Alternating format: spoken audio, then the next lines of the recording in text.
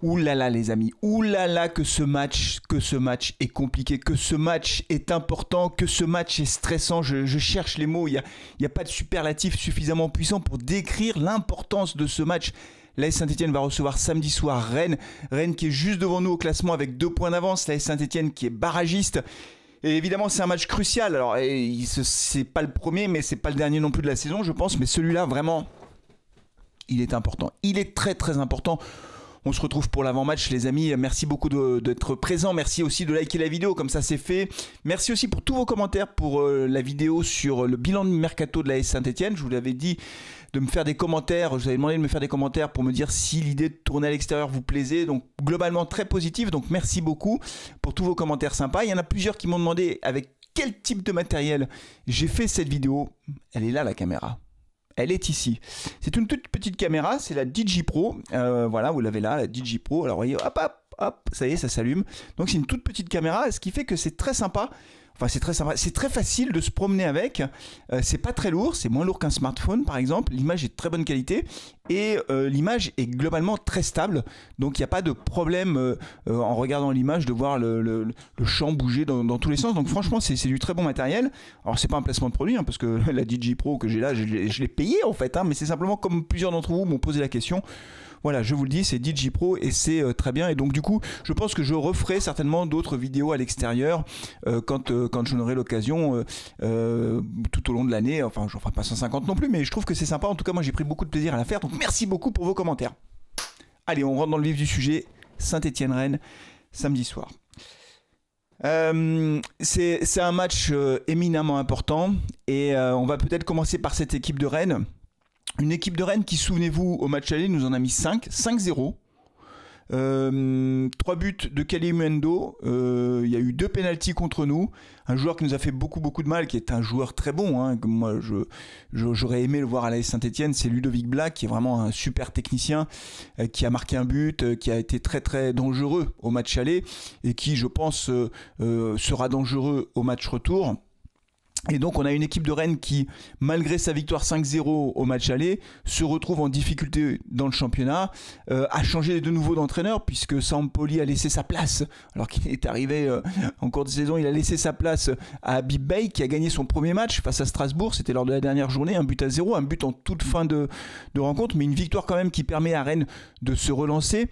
Et cette équipe de Rennes qui au fond a fait un mercato, mais alors stratosphérique, donc ils se sont beaucoup renforcés, ils ont recruté beaucoup de joueurs, il y en a qui sont partis aussi, hein. Gouiri est parti par exemple, donc il y a des joueurs qui sont partis mais il y en a beaucoup qui sont arrivés et donc c'est une équipe de Rennes qui, à mon avis, mais je peux me tromper, ne descendra pas en fait. Elle ne jouera pas la descente, elle ne jouera pas les barrages. C'est-à-dire que c'est une équipe de Rennes qui, à mon avis, sur la deuxième partie de saison, là, enfin le bout de saison qui reste, va remonter progressivement au classement et je ne vois pas du tout Rennes descendre en fait. Et donc ce sera un match très difficile pour l'AS Saint-Etienne à Geoffroy Guichard. Étant entendu que du côté de Saint-Étienne, on n'a pas eu des bonnes nouvelles. Là, j'ai attendu la conférence de presse d'avant-match d'Eric Horneland. Et bien sûr Wadji, bien sûr Benold. La mauvaise nouvelle, c'est que Mouefek sera toujours indisponible. C'est quand même une énigme, hein, Mouefek. Hein, depuis qu'il a prolongé son contrat, 4 ans plus une 5e année, avec un salaire revu à la hausse. Et voilà, il a été énormément blessé. On retrouve le MN Mouefek qu'on a connu finalement avant la saison dernière, qui était tout le temps blessé. Donc il y a eu la grippe aussi, hein, il n'y a pas que des blessures, il y a aussi des virus, etc. Mais on retrouve en quelque sorte le MN Mouefek qu'on a eu à un moment donné. Et au-delà de ses absences, sur le terrain, il n'a pas été très performant, je trouve. Donc c'est vraiment pas une bonne nouvelle. Et puis alors, la mauvaise nouvelle, c'est que Bernauer, notre recrue, Maxime Bernauer, est lui aussi indisponible. Alors là, il a reçu un coup au genou. Apparemment, c'était avant de signer à Saint-Etienne, donc on le savait. Mais on recrute un défenseur pour se renforcer en défense. On n'en recrute qu'un. Un défenseur qui, en plus, je vous l'ai déjà dit, moi je demande à voir, mais je ne suis pas sûr que ce soit un renfort incroyable. Mais en plus, il est absent pour un match de championnat. Déjà, il arrive en toute fin de mercato d'hiver et le premier match où il peut jouer, il ne peut pas jouer en fait. C'est dingue en fait. C'est un truc de fou, c'est un cauchemar. Donc je sais pas, la première interrogation que j'ai moi par rapport à ce match, c'est quelle sera la défense de l'AS Saint-Etienne. Voilà, quelle sera la défense alignée par Eric Horneland. Y a Masson qui postule à mon avis à une place de titulaire. Pour une place de titulaire, est-ce que ce sera à droite à la place d'Apia, à gauche à la place de Petro? Est-ce que Petro va revenir dans l'axe et Masson prendre sa place? Est-ce que Briançon, j'ai pas de nouvelles de Briançon, mais pourquoi Briançon pourrait pas être titulaire? Abdelhamid, lui, à chaque fois qu'il rentre, franchement ça se passe pas bien. Encore une fois, j'ai rien contre le joueur, mais force est de constater que ça va pas. Et donc on va avoir une défense de briques et de broc. Voilà, face à une équipe qui en face va venir à Saint-Etienne pour gagner. Ils nous ont mis 5 au match aller, pas dire qu'ils vont nous en mettre 5, mais en tout cas, ils ont des ambitions maintenant. Ils veulent évidemment se sortir de cette mauvaise passe au classement. Et s'ils gagnent face à nous, là, ils ont 2 points d'avance.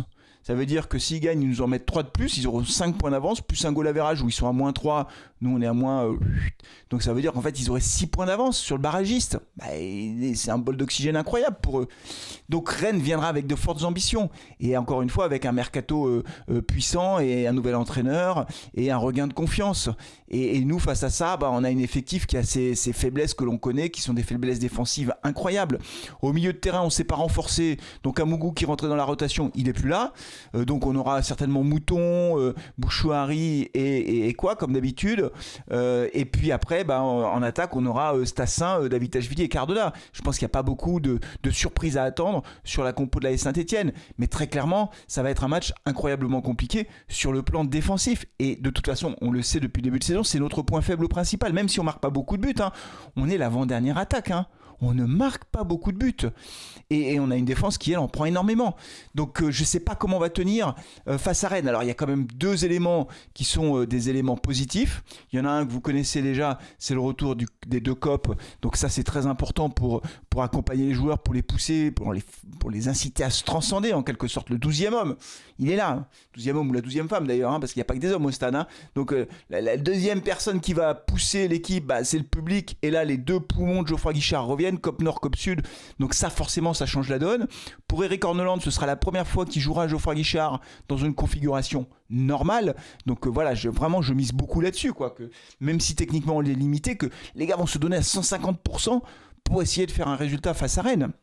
Et le deuxième élément qui est quand même, alors je vais pas dire encourageant, mais en tout cas qu'il faut prendre en compte, c'est, vous savez, nous à l'extérieur, les classements, bien sûr, général, classement à domicile, classement à l'extérieur. Classement à l'extérieur, nous on a marqué 2 points. On a marqué 1 point à Nantes, on a fait match nul, et 1 point à Auxerre où on a fait match nul, d'accord? Donc 2 points. Donc on est avant-dernier au classement à l'extérieur. L'équipe qui est derrière nous au classement, c'est Rennes. Ils n'ont marqué qu'1 point. En fait, Rennes ne fait que perdre à l'extérieur. Alors attention, c'est le genre de série, ça s'arrête un jour. Faudrait pas que ça s'arrête à Geoffroy Guichard, franchement, on n'a pas besoin de ça. Mais c'est vrai que c'est une équipe qui a beaucoup de mal à se déplacer, qui perd tous ses matchs ou quasiment tous ses matchs depuis le début de saison à l'extérieur. Ce qui serait bien, c'est qu'ils en perdent encore un à domicile, enfin à l'extérieur, et que ce soit face à Saint-Etienne, à Geoffroy Guichard. Donc voilà, on mise sur le retour des copes.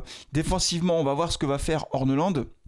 Mais vraiment, je pense qu'il va avoir des difficultés à faire sa composition. Et puis après, il va falloir qu'on fasse un résultat.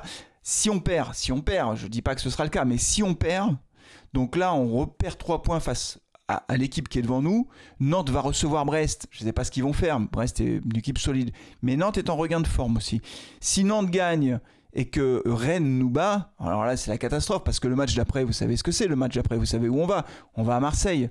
Marseille, franchement, je ne vois pas ramener 3 points. Ça veut dire que le fossé entre nous et les équipes de devant, il peut se creuser dramatiquement au cours des 2-3 prochains matchs. Et là, ça va être compliqué parce que mentalement, on sait bien que quand mentalement on commence à douter, qu'il y a la pression du public, etc., ça devient plus compliqué de bien jouer au football. On n'est plus dans une dynamique positive. Et pour le staff et pour les joueurs, ça devient ultra compliqué. Mais voilà, donc on est dans une situation très difficile. Mais je l'avais dit dans la vidéo bilan du Mercato, le maintien n'est pas impossible, mais ce sera incroyablement difficile. Et le match face à Rennes, c'est vraiment le match sur lequel il ne faut pas se louper. Il ne faut pas qu'on concède de pénalty. Arrêtons de concéder des pénaltys. À Rennes, d'ailleurs, au match aller, on avait concédé 2 pénaltys, mais on avait pris un carton rouge. Cafaro avait pris le carton rouge pour une main. Arrêtons d'avoir des cartons rouges et arrêtons de concéder des pénaltys. D'ailleurs, souvenez-vous, il y a 3 ans, Rennes nous en avait mis 5 à domicile. Enfin, voilà, on a pris 5 chez eux, on a pris 5 à la maison. Rennes, à mon impression que c'est le tarif, c'est 5-0, quoi. Donc là, il faut vraiment arrêter ça.